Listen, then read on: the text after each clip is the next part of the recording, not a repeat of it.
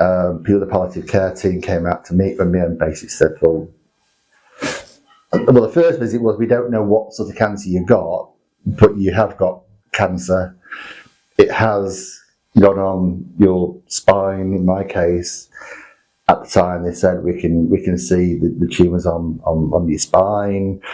I think it's spine, lungs, behind the lung, adrenal gland, and liver was where they could detect tumours, or nodules, or tumours, or call what you want, but they detected things that were on the spine that were causing the problem. But he was a palliative care team who came out to see me, and I kind of wanted to really raise what the palliative care team meant. I don't think at the time, I do now, but I don't think I realised at the time. And they'd done a biopsy. They were going to check to see what it was that were causing it, and it's still a bit of a blur when they came back. It was a few days later when they come back.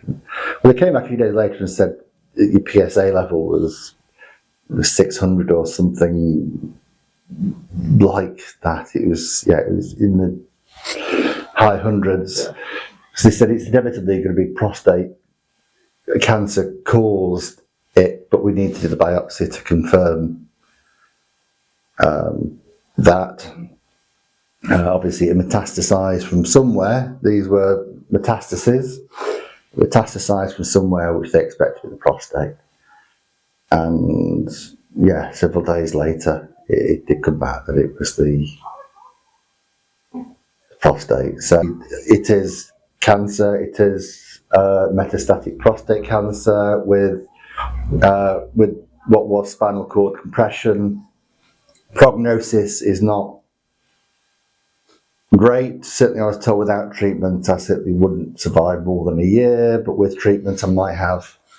Well, initially it was with treatment you might get 2 or 3 years, but we're going to try something more experimental on you if you're happy for that, and that might give you another year. So my current prognosis is probably 3 to 4 years.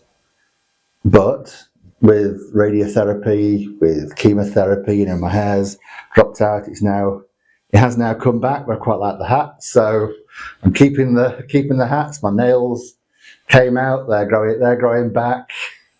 I'm getting more mobile. I'm not greatly mobile, but I'm getting more mobile, and I've had some good support from that. But ultimately, still, it is, for me, a terminal illness.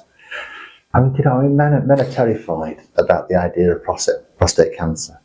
And again, one thing I think men are terrified at, because it's out there, is the way they check for prostate cancer is a rectal examination.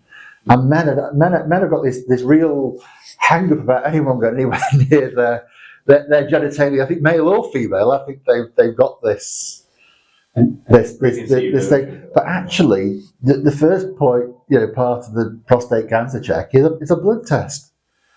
It's the PSA level that's going to indicate whether more examination is needed. If you haven't got any other classic symptoms, it's that PSA test, the first thing. And when I hit 50, I knew about prostate cancer. I knew that was there. And I actually believed that once you hit 50, you were automatically being tested for prostate cancer as well.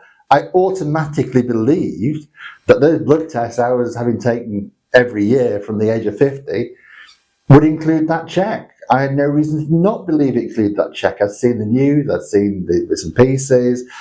Man who's hit 50, we need you to check for prostate cancer. And I presumed that well-man check I was getting from my GP from the age of 50 onwards would include that test for prostate cancer. I had no reason to not believe that was the case. It was a complete surprise when I found out, A, that it didn't do.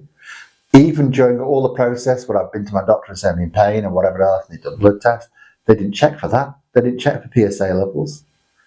They never requested a PSA check. How was I supposed to know that I was supposed to go to my doctor and say, please can you check me for prostate cancer? Please can you check my PSA? I didn't know what PSA level was. I'd never heard the term PSA level before. And now I'm being told, well, they don't like to do it in case the false negative. Well, it's better to have a false negative and live than not get you positive. So, I would just say that if my doctor had done that PSA check on that well-man appointment from the age of 50, This may have got picked up a lot earlier. I do not know how long I've had prostate cancer for. I do not know how long it's taken for that prostate cancer to metastasize. I do know I had no symptoms of prostate cancer as such. I had symptoms of the metastasis from the prostate cancer. But I had no idea how long that process had been going on for. But considerable amount of time before cancer metastasizes, it could have been picked up. It could have been picked up on those annual checks.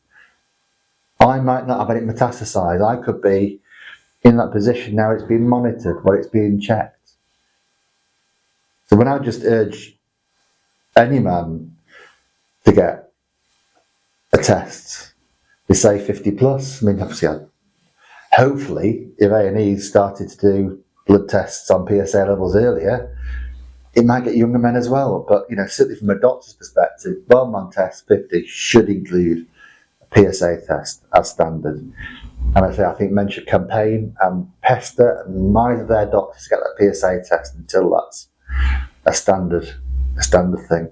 Because you don't want to be like me. You don't want to have what I've got. You don't want to be, as I am now, I've gone from being a working man to now being medically retired with a short prognosis. You don't want that. So please get the PSA test. Just get the PSA test.